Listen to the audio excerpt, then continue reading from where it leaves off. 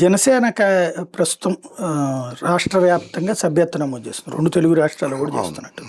మీరు ఆ ప్రధాన కమిటీలో వన్ ఆఫ్ ద మెంబర్గా ఉన్నారు. ఎలా ఉంది అసలు రిసీవింగ్ కానీ పబ్లిక్ నుంచి యాక్సెప్టెన్స్? ఫిబ్రవరి 26వ తారీఖు నుంచి మా పార్టీ సభ్యత్వ కార్యక్రమం స్టార్ట్ అయింది సాయి గారు. ఈసారి ఏం చేశారంటే మూడు రకాల టీమ్స్ని ఐడెంటిఫై చేశారు. సాధకులు అంటే మనం జనరల్గా వాలంటీర్స్ అంటాం, ఆ స్పిరిట్ తోటి. వీళ్ళు ఏంటంటే పార్టీ ఆశయాలని ప్రజానీకంలోకి తీసుకెళ్ళి మేము ఇలా చేయాలనుకుంటున్నాం, మా పార్టీ ఇలా చేయాలనుకుంటుంది, మా సిద్ధాంతాలు ఇవి, మా కార్యాచరణ ఇది, మేము ఇలా చేస్తే బాగుంటుంది అని అనుకుంటున్నాము అని అందరికీ ఎక్స్ప్లెయిన్ చేస్తూ, మీకు నచ్చితే మీరు మా దగ్గర సభ్యులుగా చేరొచ్చు అనే ఆఫర్ ఇవ్వాలి కదా, మనం అనే యాక్టివిటీ జరగాలి కదా. వాళ్ళని సాధకులుగా ఐడెంటిఫై చేశారు. దాదాపు 15 నుంచి 20 వేల మంది సాధకులు యాక్టివ్గా పనిచేస్తున్నారు. దాదాపుగా 30 నుంచి 40 వేల మంది మేము సాధకులుగా పనిచేస్తామని చెప్పిన వాళ్ళు ఉన్నారు. దాంట్లో సగం మంది యాక్టివ్గా ఇప్పుడు చేస్తున్నారు. మిగతా వాళ్ళు వాళ్ళ పనులు, సెలవులు అవన్నీ చూసుకొని కూడా చేసేవాళ్ళు ఉంటారు. ఎవరైతే మెంబర్గా చేరతారో, క్రియాశీల మెంబర్గా చేరతారు, వాళ్ళని పవన్ కళ్యాణ్ గారు ఏమన్నారంటే ఉద్యమి అన్నారు. అంటే those who are interested in actually fighting for the cause. చెప్పటమే కాదు, మేము అవసరమైతే దాని మీద ఒక కార్యాచరణకి మేము పనిచేయగలము అనేవాళ్ళు ఉద్యమి. సో ఇప్పుడు మనకు జరుగుతున్న సభ్యులు అందరినీ కూడా ఉద్యమి అంటున్నాం జనసేన పార్టీలో. ఇంతవరకు 26వ తారీఖున స్టార్ట్ చేస్తే మేము 26 ఉదయం స్టార్ట్ చేసాం.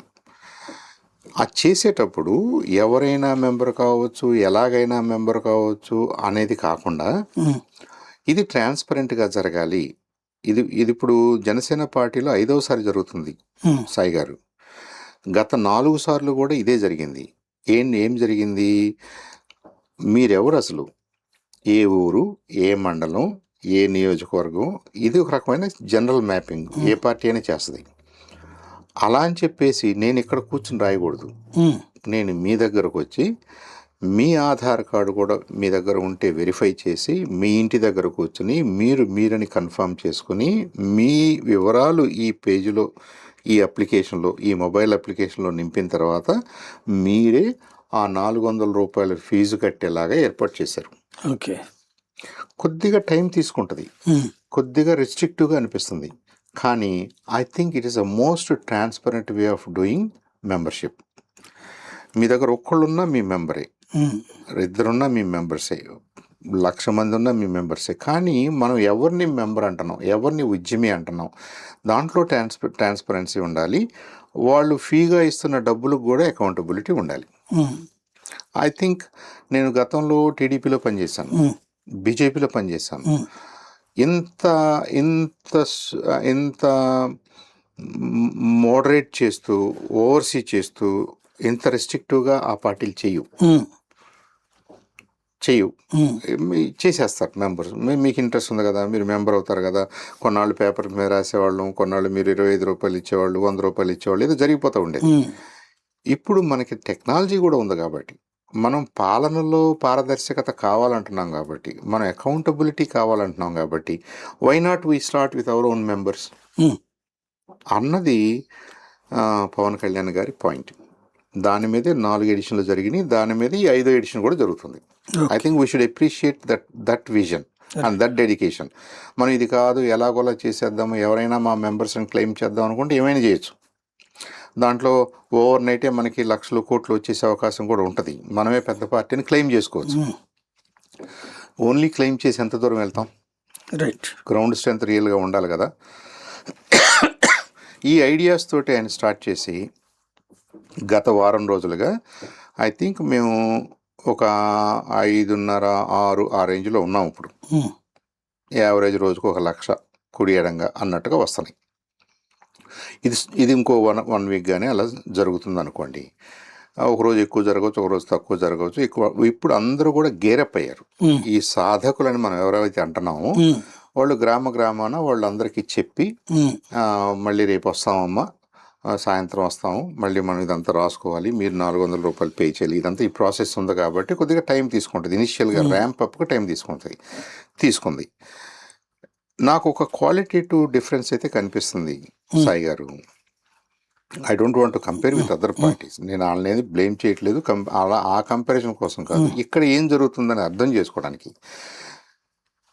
పవన్ కళ్యాణ్ గారి మీద అభిమానంతో, ఆయన ఫిల్మ్ స్టార్ కాబట్టో లేదంటే బాగా మాట్లాడతాడనో క్వశ్చన్ చేయడానికి వచ్చానో మనకు ఆ ఫస్ట్ ఫేజ్ చూసేసాం 2013 టైం నుంచి. తర్వాత అంతకుముందు ప్రజారాజ్యంలో ఉన్నప్పుడు కానీ పవన్ కళ్యాణ్ గారు అంటే ఇది, పవన్ కళ్యాణ్ గారు ఒక స్టార్గా ఇది, పవన్ కళ్యాణ్ గారు పొలిటికల్ స్పీచెస్ ఎలా ఉంటాయి అనేది యువతకు కొంత ఐడియా ఉంది. చాలామంది యువత అట్రాక్ట్ అయ్యారు. చిన్నపిల్లలు, పెద్దవాళ్ళు, ఓటు ఉన్నవాళ్ళు, ఓటు లేని వాళ్ళు అందరూ అట్రాక్ట్ అయ్యారు. కానీ అదే అట్రాక్షను ఇంకా బలపడటానికి ఇంకోటి ఏదో మ్యాజిక్ జరుగుతూ ఉండాలి. ఆ సినిమాటిక్గా ఆయన స్టార్డమ్ ఆయనకు ఉంది, అదేదో ఓవర్ నైట్గా పెరుగుతుందని నేనేం అనుకోవట్లేదు. అది ఉంటుంది అలా. ఆ గ్రూప్ ఆఫ్ పీపుల్ డెఫినెట్గా ఉన్నారు, ఆయనకి కోట్ల సంఖ్యలో అభిమానులు ఉన్నారు. కానీ వాళ్ళల్లో అందరికీ పొలిటికల్గా పార్టిసిపేట్ చేయాలని ఉండకపోవచ్చు కదా.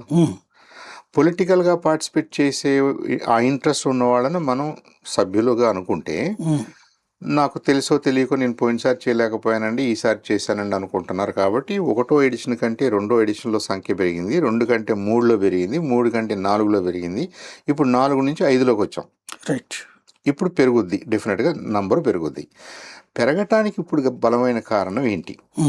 ఇప్పుడు ఈ దశలో ఏమన్నా కొత్త కారణాలు ఉన్నాయా అని కనుక మీరు అడిగితే, ఐ థింక్ అపోజిషన్ లీడర్గా ఉన్నప్పుడు మాట్లాడటం ఈజీ, అపోజిషన్లో ఉండి ఉపన్యాసాలు ఇవ్వటం ఈజీ, అపోజిషన్ పార్టీలో ఉన్నప్పుడు, అపోజిషన్ లీడర్గా ఉన్నప్పుడు ప్రామిసులు చేయటం కూడా చాలా ఈజీ. పవన్ కళ్యాణ్ గారు ఎమ్మెల్యే కూడా కాదు 2024కు ముందు. ఈయన ఎమ్మెల్యే అయితే ఎలా ఉంటాడు, ఈయన మంత్రి అయితే ఎలా ఉంటాడు, ఈయనకి ఇంకా పెద్ద బాధ్యతలు వస్తే ఎలా వస్తాడు అని ఎవరికి తెలియదు. ఇప్పుడు now people have an opportunity to assess him. Pawan Kalyan గారు ఎమ్మెల్యేగా బాధ్యతాయుతంగా ఉన్నాడా, పవన్ కళ్యాణ్ గారు ఒక మంత్రిగా బాధ్యతాయుతంగా ఉన్నాడా, ఒక ఉప ముఖ్యమంత్రిగా ఏమంటున్నాడు, ఆయన పొలిటికల్ స్టాండ్ ఎలా ఉంది, డిపార్ట్మెంటల్ పెర్ఫార్మెన్స్ ఎలా ఉంది, ఆయన నాయకుడిగా ఎవరికి ఏం డైరెక్షన్ ఇస్తున్నాడు, ఇది పాజిటివ్గా ఉందా నెగిటివ్గా ఉందా అన్నది కూడా కొంతమంది గమనిస్తారు కదా. రైట్. సో ఇవాళ ఇంత ఫోర్స్ఫుల్గా నేను వచ్చి మెంబర్గా ఉంటాను, ఉద్యమిగా ఉంటాను, నేను పవన్ కళ్యాణ్ గారితో ట్రావెల్ చేస్తాను అని యువత, మహిళలు ఎందుకు అంత ఇంట్రెస్ట్ చూపిస్తున్నారు అంటే, పవన్ కళ్యాణ్ గారికి అధికారం ఉన్నా ఆయన స్టైల్ ఆఫ్ ఫంక్షనింగు ఏదో టెంప్టేషన్స్ అను, అధికార దుర్వినియోగం అను, మనవాడు కాబట్టి పదవను, లేదంటే ఇలాంటి లక్షణాలు కనపడకుండా సాధ్యమైనంత వరకు is trying to be transparent, is trying to be objective. మన రాజ్యాంగం ప్రకారంగా ఒక ఎలక్టెడ్ రిప్రజెంటేటివ్, ప్రజాప్రతినిధి ఏం చేయాలో అలా చేయటానికే ట్రై చేస్తున్నాడు అనేది మాత్రం నమ్మకం కుదిరింది. రైట్. ఈ నమ్మకమే ఐ థింక్ ఆయన బలం, ఈ నమ్మకమే జనసేనకు కూడా బలం, జనసేన పార్టీకి కూడా బలం ఫస్ట్ అండ్ ఫార్మోస్ట్. ఇప్పుడు ఆ క్రెడిబిలిటీని ఆయన సాధించుకుని, ఆ క్రెడిబిలిటీని పెంచుకుని, అది ఒక్కోసారి కేడర్కి నష్టం జరగవచ్చు, ఒక్కోసారి ఆయనకి నష్టం జరగవచ్చు, ఓవరాల్గా పార్టీకి నష్టం జరగవచ్చు.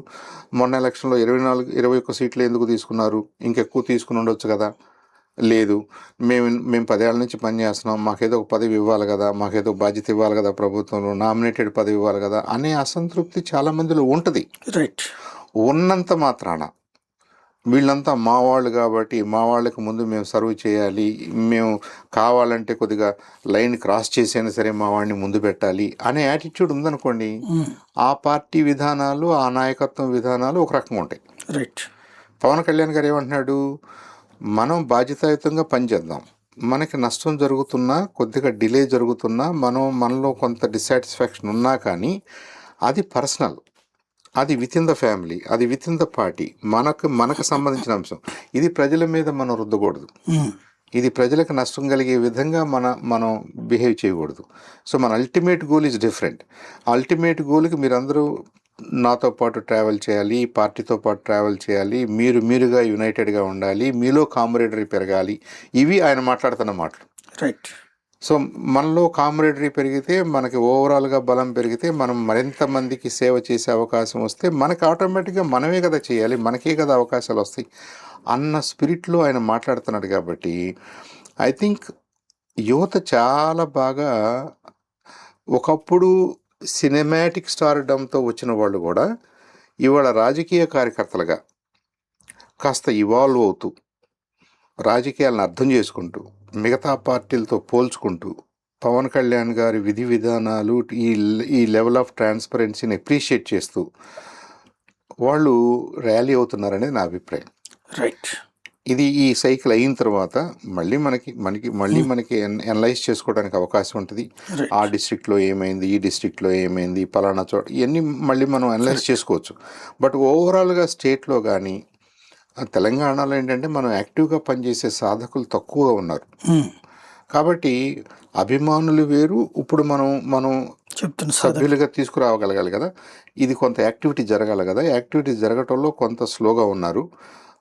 బట్ దట్ ఈజ్ ఎక్స్పెక్టెడ్ మనకి, ఎందుకంటే మన ఈ సాధకుల ఫోర్సు తెలంగాణలో తక్కువగానే ఉంది.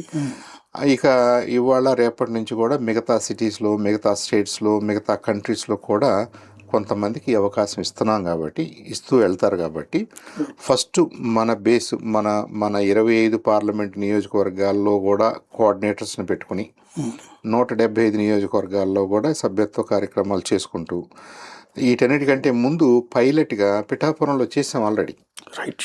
పిఠాపురంలో లెసన్స్ లెర్న్డ్, ఈ ఉద్యమి అనే దాంట్లో ఏ కారణాల వల్ల మనకి ఇబ్బంది జరుగుద్ది, లేదంటే ఈజీగా జరుగుద్ది, మనం ఎలా చేయాలి, సాధకులు ఏం చేయాలి, ఎవరింటికి ఎప్పుడు వెళ్ళాలి, ఇదంతా నేర్చుకోవాలి కదా. ఆ లెసన్స్ లెర్న్డ్ ఫ్రమ్ పిఠాపురం కూడా మనం త్రూఅవుట్ ద స్టేట్ వాడుకుంటున్నాం. రైట్. ఈ త్రూఅవుట్ ద స్టేట్ మనకు 175లో ఏం జరుగుతుందో చూసుకుని, ఈ 25 పార్లమెంటు కాన్స్టిట్యున్సీస్లో ఏం జరుగుతుందో చూసుకుని, వీటిల్లో నుంచి లెసన్స్ లెర్న్డ్ మళ్ళీ మిగతా ప్రాంతాలకు వెళ్తాయి. మళ్ళీ నెక్స్ట్ సైకిల్లో మనం ఇంకొద్దిగా జాగ్రత్త చేస్తాం. I think the bottom line of all this is, ఆయన మీద క్రేజ్ పెరుగుతుంది, నమ్మకం పెరుగుతుంది, దీంట్లో కాంపోనెంట్స్ మారుతున్నాయి అనేది నా అసెస్మెంట్. రైట్. సినిమాటిక్ అభిమానము అనేది అది అలా ఉందా, దాంట్లో గణనీయంగా పెరిగే అవకాశం లేదు, ఎందుకంటే ఆయన ఫుల్ టైం దాంట్లో లేడు కదా, ఫుల్ టైం పాలిటిక్స్లో ఉన్నాడు. సో అది అలా ఉంది. ఇప్పుడు ఒకప్పుడు రాజకీయ చైతన్యం లేని లేదా తెలియని వయసులో ఉన్న యువత వీళ్ళు 5 సంవత్సరాలు, 10 సంవత్సరాలు, 15 సంవత్సరాలు నలిగి అర్థం చేసుకుని, రాజకీయ భాషను అర్థం చేసుకుని, పార్టీల భాషను అర్థం చేసుకుంటూ వీళ్ళ సంఖ్య, వీళ్ళ కమిట్మెంట్ పెరుగుతుందని మాత్రం మనం చెప్పొచ్చు. Right. I think that's going to be real strength for Janasena going forward. Right. Change, future change కూడా.